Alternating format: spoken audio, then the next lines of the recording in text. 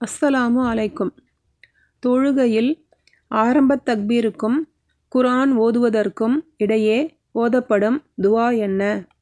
அல்லாஹும்ம பாயித் பைனி வ பைன ஹதாயாய கமா பாஅத்த பைனல் மஷ்ரிகி வல் மக்ரிப். அல்லாஹும்ம நக்கினி மின் ஹதாயாய கமா யுனக்க சௌபுல் அபியலு மினதனஸ்.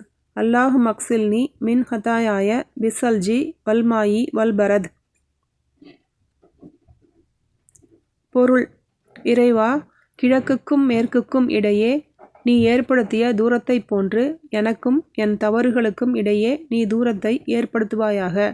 இறைவா, வெண்மையான ஆடை அழுக்கிலிருந்து தூய்மைப்படுத்தப்படுவதைப் போன்று என் தவறுகளை விட்டு என்னை தூய்மைப்படுத்துவாயாக.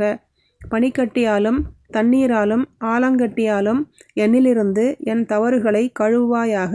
முஸ்லிம் 1049.